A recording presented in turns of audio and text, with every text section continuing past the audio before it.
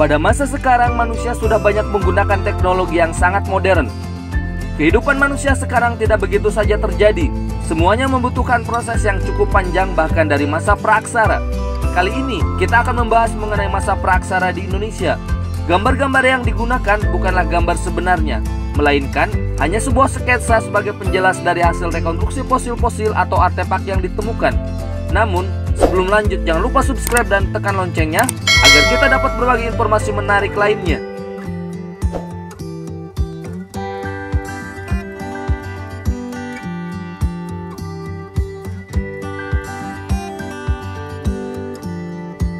Jenis-jenis manusia purba dapat dibedakan dari bentuk fisiknya. Berdasarkan bentuk fisiknya, fosil manusia purba di Indonesia dapat dibedakan menjadi 3, yaitu Meganthropus, Pithecanthropus, dan Homo sapiens.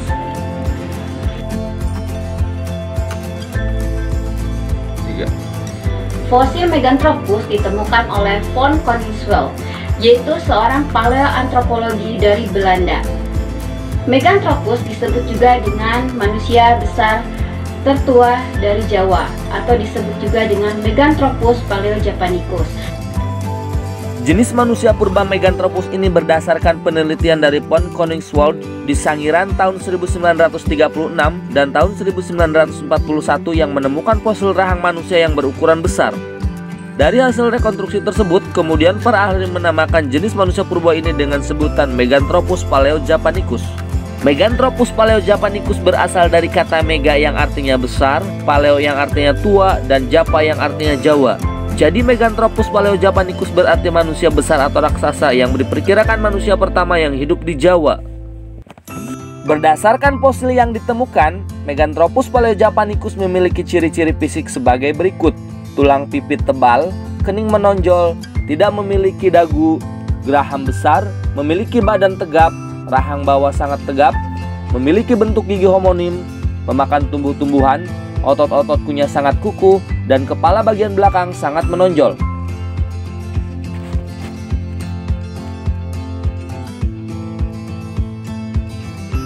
Pithecanthropus atau disebut dengan manusia kera. Pithecanthropus ini banyak sekali ditemukan di Indonesia. Pithecanthropus hidup pada masa Pleistosen awal, tengah, dan akhir. Manusia jenis ini hidup dengan cara berburu dan mengumpulkan makanan. Fosil Pithecanthropus merupakan fosil manusia purba yang paling banyak ditemukan di Indonesia. Ciri-ciri yang dimiliki Pithecanthropus antara lain memiliki tubuh yang tegap dengan tinggi badan 165-180 cm. Alat pengunyahnya tidak sehebat Meganthropus, dagu belum ada, hidung lebar, volume otak berkisar 750-1300 cc, dan hidup sekitar 2,5 juta sampai 200.000 tahun yang lalu.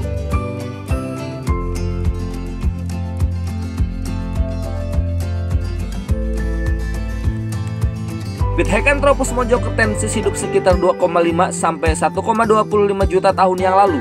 Fosil Pithecanthropus mojokertensis ditemukan di Mojokerto pada tahun 1936 pada lapisan Pleistosen bawah oleh von Koningsveld. Fosil Pithecanthropus mojokertensis yang berhasil ditemukan berupa tengkorak anak-anak, atap tengkorak, rahang atas, rahang bawah, dan gigi lepas.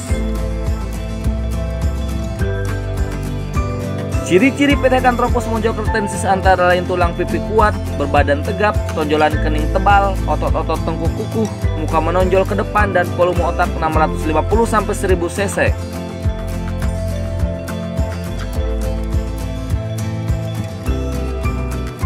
Pada tahun 1890, di Kedung Brubus, Trinil, dan Ngawi berhasil ditemukan beberapa fosil Pithecanthropus erectus oleh Eugene Dubois. Beberapa fosil yang ditemukan antara lain atap tengkorak, tulang paha, rahang bawah, rahang atas, gigi lepas, dan tulang kering. Ciri-ciri Pithecanthropus erectus antara lain berbadan tegap, hidung lebar, dagu tidak ada, alat pengunyah kuat, berat badan 80-100 kg, tinggi badan 160-180 cm. Terdapat tonjolan kening pada dahi, tulang tengkorak berbentuk lonjong, volume otak 750-1000 cc, dan muka didominasi oleh bagian rahang yang menonjol.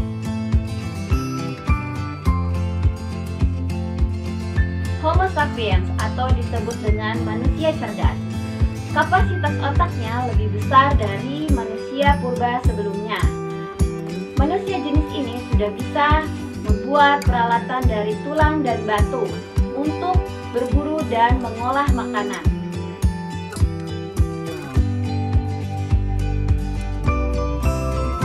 Homo wajakensis atau manusia wajak ditemukan di lembah Sungai Brantas Wajak, Tulung Agung, Jawa Timur. Fosil Homo wajakensis ditemukan pada lapisan Pleistosen atas oleh Eugne Dubois pada tahun 1889. Manusia purba ini diperkirakan hidup sekitar 40 sampai 25 ribu tahun yang lalu.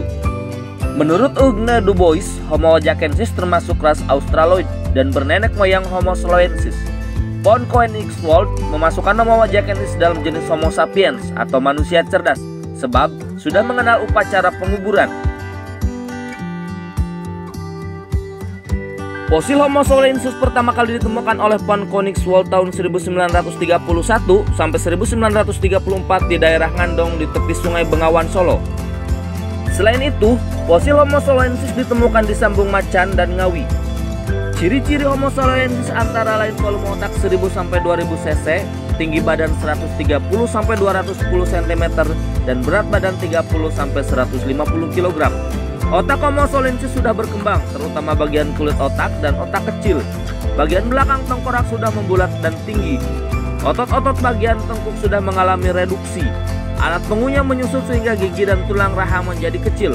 Menyusutnya alat pengunyah ini menyebabkan otot-otot kunyah dan muka Homo slovensis tidak lagi menonjol dan diperkirakan sudah bisa berjalan tegak. Manusia purba Homo slovensis diperkirakan hidup sekitar 900 sampai 200 ribu tahun yang lalu.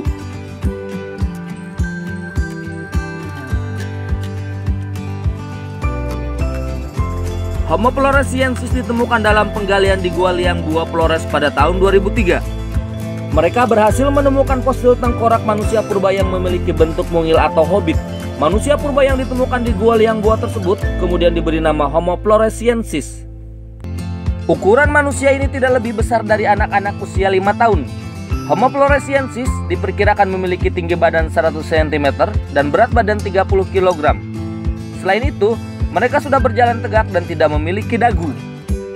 Manusia purba ini hidup di Kepulauan Flores sekitar 18.000 tahun yang lalu. Homo floresiensis hidup satu zaman dengan gajah-gajah pigmi atau gajah kerdil dan kadal-kadal raksasa atau komodo di Flores. Tim ilmuwan yang menemukan fosil tersebut, Homo floresiensis merupakan keturunan spesies Homo erectus yang hidup di Asia Tenggara sekitar 1 juta tahun yang lalu. Akibat proses seleksi alam, tubuh mereka berevolusi menjadi bentuk yang lebih kecil. Hipotesis ini didasarkan pada penemuan berbagai peralatan yang biasa digunakan oleh Homo erectus di sekitar fosil Homo floresiensis.